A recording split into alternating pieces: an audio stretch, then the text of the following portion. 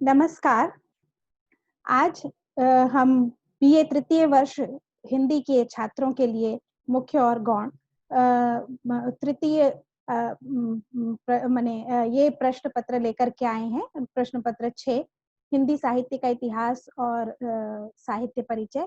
इसमें ब्लॉक 9 खंड 9वां है, जिस साहित्य एवं उसके अंग। इसमें आज हम शब्द शक्ति की चर्चा करेंगे। पिछली जो 2 कक्षाओं से हम 3 कक्षाओं से बल्कि हम इसकी बात कर रहे हैं शब्द शक्तियों की और अभिधा, लक्षणा, व्यंजना 3 तरह की शब्द शक्तियाँ होती हैं, जिनके माध्यम से हमको मुख्यार्थ, लक्ष्यार्थ और व्यंग्यार्थ प्राप्त होते हैं। इसकी हमने चर्चा की थी। साहित्य के लिए विशेष रूप से व्यंग्यार्थ का महत्व है, व्यंग्य अर्थ का महत्व है। ये भी हमने चर्चा की थी। आज उसी व्यंग्यार्थ, उसी व्यंजना शक्ति के संबंध में हम थोड़ा आगे बात करेंगे। एक जल्दी से हम अभिधा और लक्षणा के विषय में बता लेते हैं, बात कर लेते हैं। तो अभिधा सबसे पहली शक्ति है। जो मुख्य अर्थ होता है शब्द का, वो अभिधा से निकलता है। उसके मुख्या शक्ति भी कहलाती है, इसीलिए यह। और जो भी इसमें आपके शब्दकोश में जो अर्थ दिखाई पड़ता है, वो सामान्यतया अभिधेयार्थ होता है, मुख्यार्थ होता है।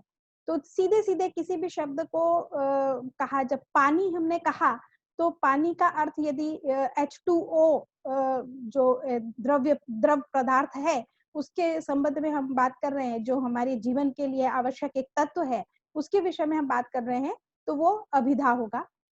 कहीं पर हम ये लक्षणा भी होता है, इसका अर्थ। रहीम का एक दोहा है इसमें, रहीमन पानी राखिए बिन पानी सब सून, पानी गए न उबरे मोती मानस चून। तो जो है पानी का यहाँ पर लक्ष्यार्थ भी दिखाई पड़ रहा है और व्यंग्यार्थ भी एक तरह से हम कह सकते हैं दिखाई पड़ रहा है। जब बात होती है रहीमन पानी राखिए, पानी को रखना चाहिए, पानी के साथ इन चीज़ों का व्यवहार करना चाहिए। किनका? मोती, मानस और चूना। चूना के लिए जो साधारण जो पानी की बात है, वो है चूना। पानी में अगर डाल के रखेंगे, तो ही वो सुरक्षित रहता है, अच्छा रहता है।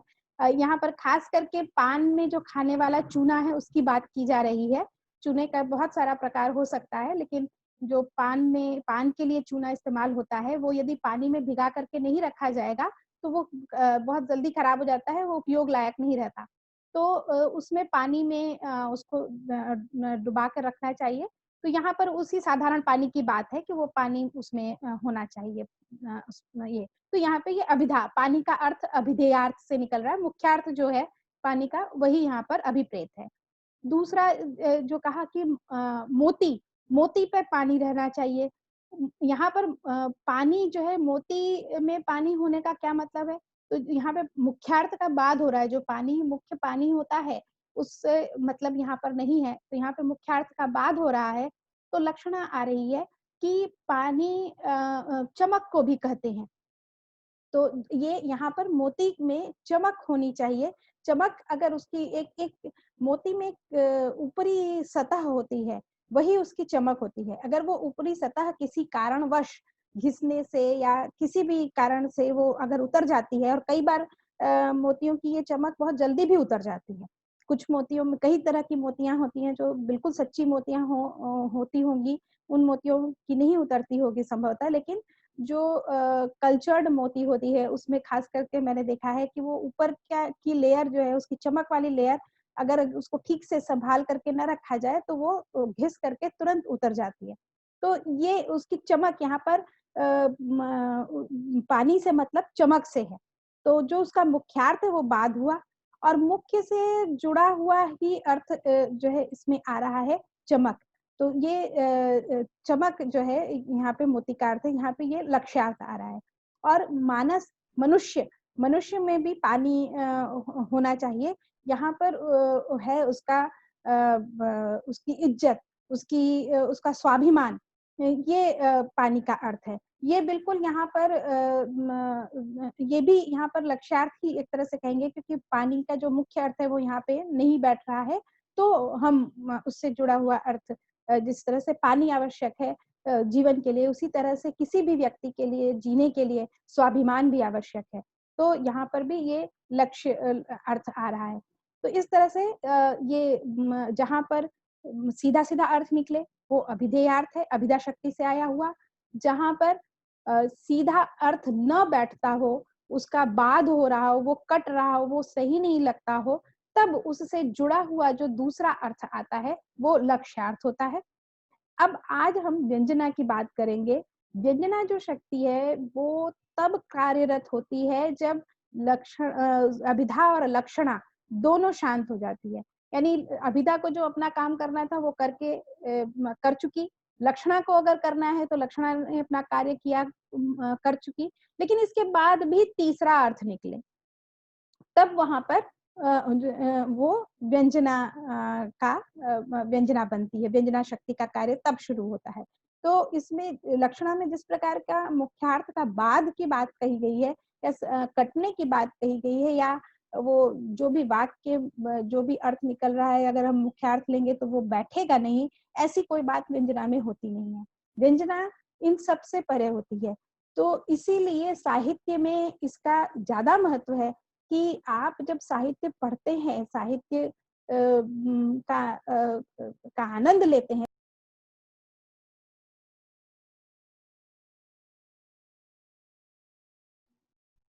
क्षमा करें, संभवतः नेट की कुछ समस्या से ये जो है नहीं आ रहा था।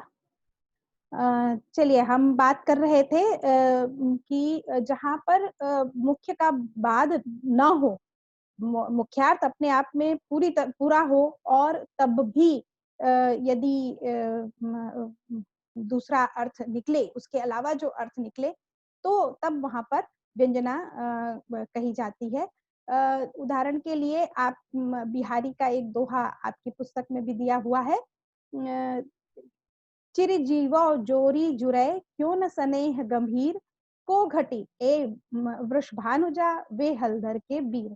यहाँ पर कृष्ण राधा की बात की जा रही है, लेकिन इस प्रकार के शब्दों का प्रयोग है यहाँ पर। ये देखिए, चिरजीवो जोरी, माने ये जोड़ी जो है वो बहुत समय तक जीवित रहे, या इसकी बात की जाए, ये चिरजीवी रहे। जुरै क्यों न स्नेह गंभीर, क्यों इन दोनों के बीच में बहुत प्रगाढ़ स्नेह, प्रगाढ़ प्रेम क्यों न हो इन दोनों के बीच में।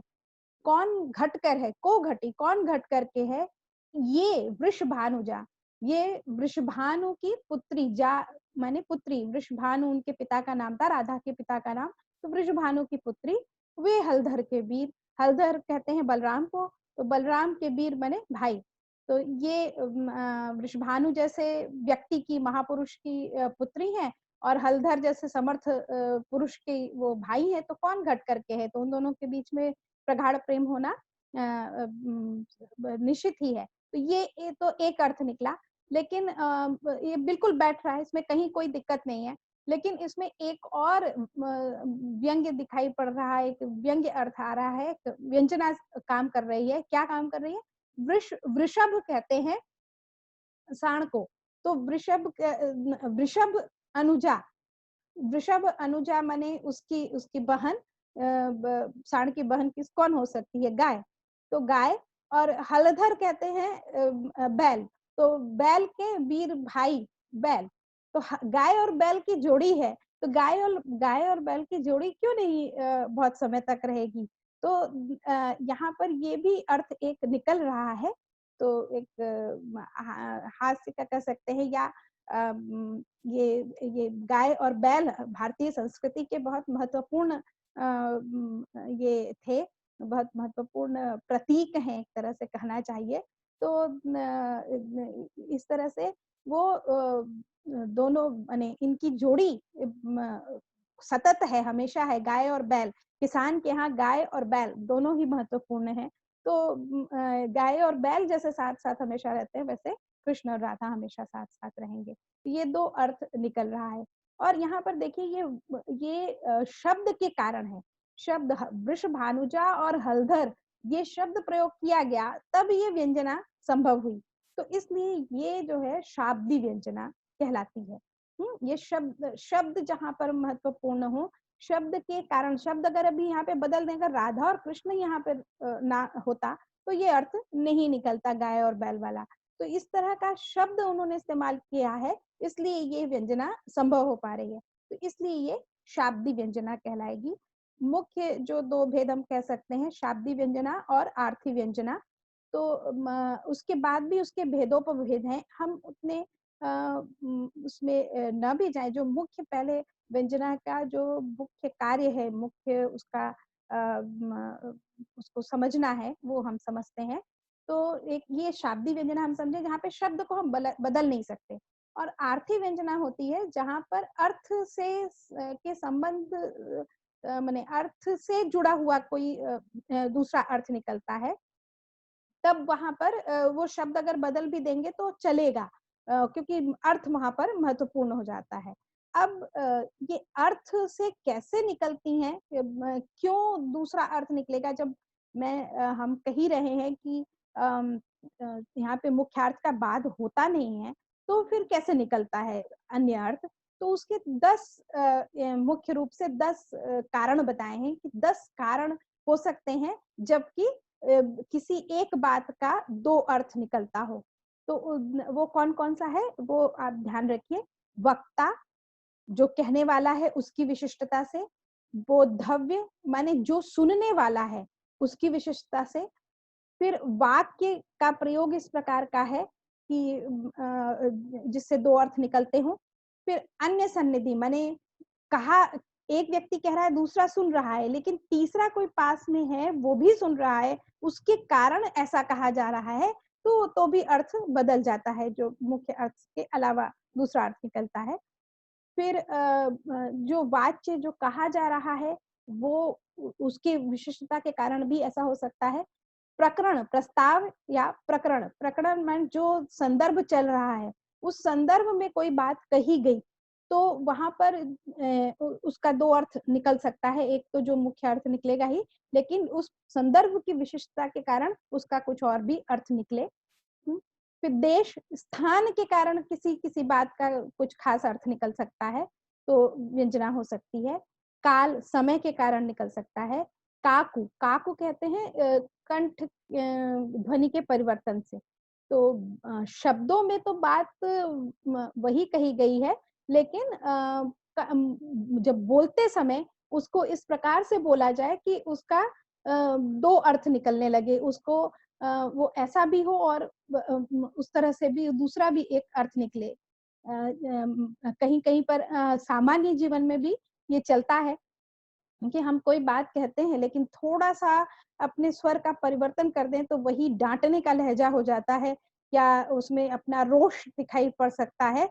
तो ये जो सिर्फ़ शब्द शब्द में कहीं कोई इस तरह की बात नहीं भी हो सकती, सीधा-साधा कोई बात हो सकती है और ज़रा-सा बस स्वर परिवर्तन से उसमें अर्थ दूसरा भी निकलने लगता है। और फिर अंतिम है चेष्टा। माने हम हमेशा ये बात ध्यान रखिए कि बात करते समय हम जितना शब्दों से बात करते हैं, उतना ही अपनी भाव भंगिमाओं से भी बात करते हैं, अपनी मुख भंगिमाओं से भी बात करते हैं। तो वो वहाँ पर उस तरह से माने कह रहे हैं, जो कहा जा रहा है वो अपने आप है, लेकिन जो कर रहे हैं, हाथ से जो दिखाया, इस समय एकदम मुझे तत्काल ध्यान में आ रहा है, एक बहुत ही प्रसिद्ध फ़िल्म है, उसमें हमेशा एक उसका पात्र पूछता है कि तुम किसकी तरफ हो? तो उस जिससे भी पूछता है वो कहता है मैं आपकी तरफ हूँ। तो अब मुँह से तो कह रहा है मैं आपकी तरफ हूँ, उँगली दिखा रहा है ऊपर। तो अब यहाँ पर इसको क्या समझा जाए कि ये उसकी तरफ है या ईश्वर की तरफ की दिखा रहा है? तो ये चेष्टा हुई, तो चेष्टा से के कारण भी उस बात का दूसरा अर्थ निकलता है। तो इस तरह से ये 10 बात आप ध्यान में रखिए, ये 10 वैशिष्ट्य के कारण अलग-अलग अर्थ निकलते हैं। हम बहुत जल्दी-जल्दी इसको एक बार देख लेते हैं। मैं मुख्य रूप से बता देती हूँ, उदाहरण अभी हम नहीं देखेंगे, उदाहरण आप स्वयं पढ़ कर के समझने की कोशिश कीजिएगा और अगर कोई दिक्कत हो तो आप बाद में पूछ सकते हैं। तो वक्ता माने जहाँ पर जो कहने वाला है, वो उसने कौन व्यक्ति ये बात कह रहा है, उसके आधार पर उसका अर्थ बदलता है। यहाँ पर जो उदाहरण दिया है, तो उसमें कहा कि ये जो शुक्लाभिसारिका नायिका है, वो जा रही है अभिसार के लिए, और शुक्लाभिसारिका नायिका की का एक महत्वपूर्ण ये होता है कि वो सफ़ेद सारा चाँदनी रात में निकलती है और सब कुछ सफ़ेद पड़ती है। स्वयं भी गौर वर्ण की होती है और वस्त्र इत्यादि भी सब सफ़ेद पहनती है। तो उसकी सखी ने कहा कि सखी दूसरी सखी को बता रही है कि जो माने नायिका कभी अकेले नहीं, सामान्यतः अकेले नहीं जाती थी, उसके साथ सखी होती थी।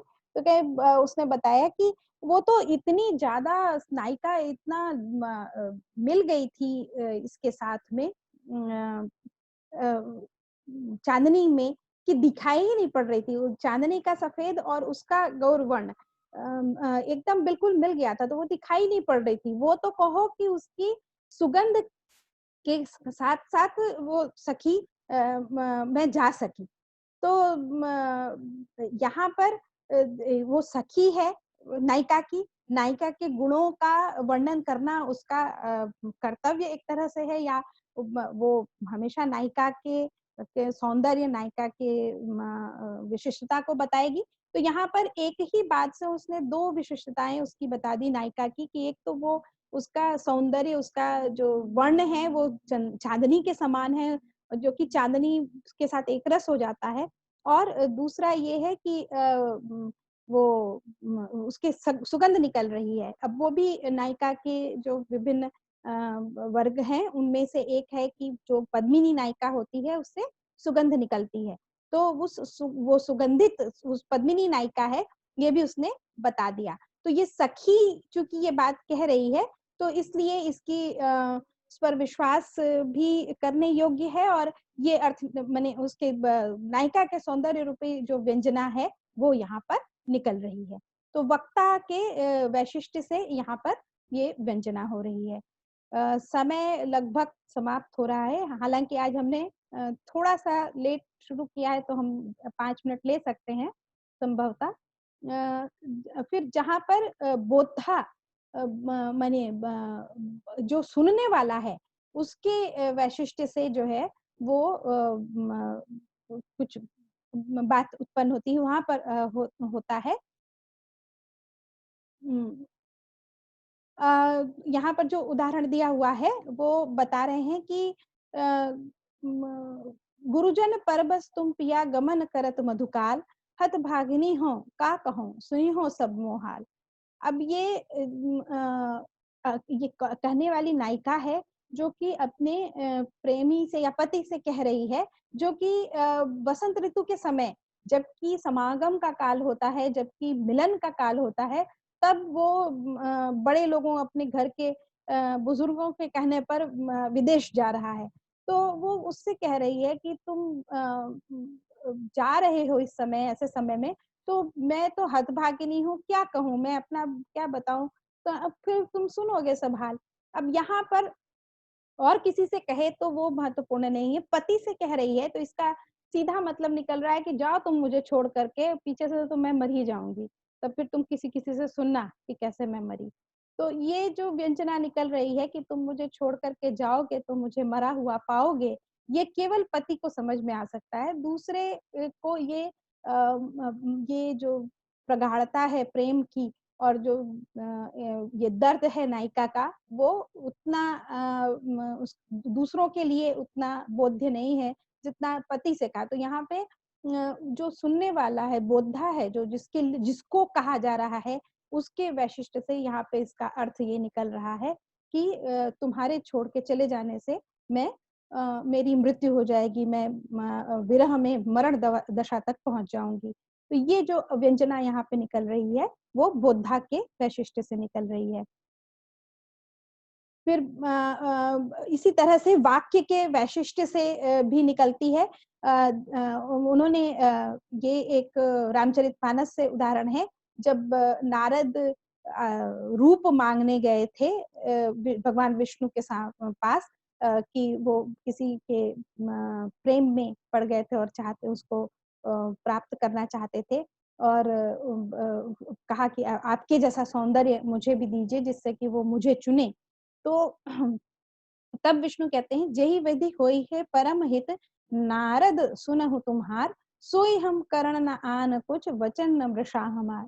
वो कहते हैं कि तुम जिससे तुम्हारा परम हित होगा, सबसे ज्यादा हित होगा, वही मैं तुम्हारे लिए हे नारद करूंगा।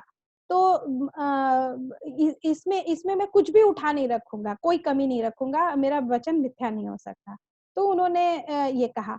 अब यहाँ पर वाक्य उन्होंने ऐसा उत्पन्न किया कि ऐसा कहा जिसमें कि एक अर्थ तो ये निकलता है कि जब जैसा नारद ने कहा है वैसा वो कर देंगे, जैसे उसका हित उस समय वही। लेकिन जो परम हित, उन्होंने कहा परम हित, जिस प्रकार तुम्हारा परम हित होगा, परम हित मोह में पड़ने में परम हित नहीं है। नारद तो भक्त व्यक्ति थे, भक्त नारायण में ही लगे होते थे, और उसी में उनके जो परम गति थी वो भक्ति में ही थी, वो मोह में पड़ने में नहीं थी, सांसारिक मोह माया उनके लिए नहीं थी।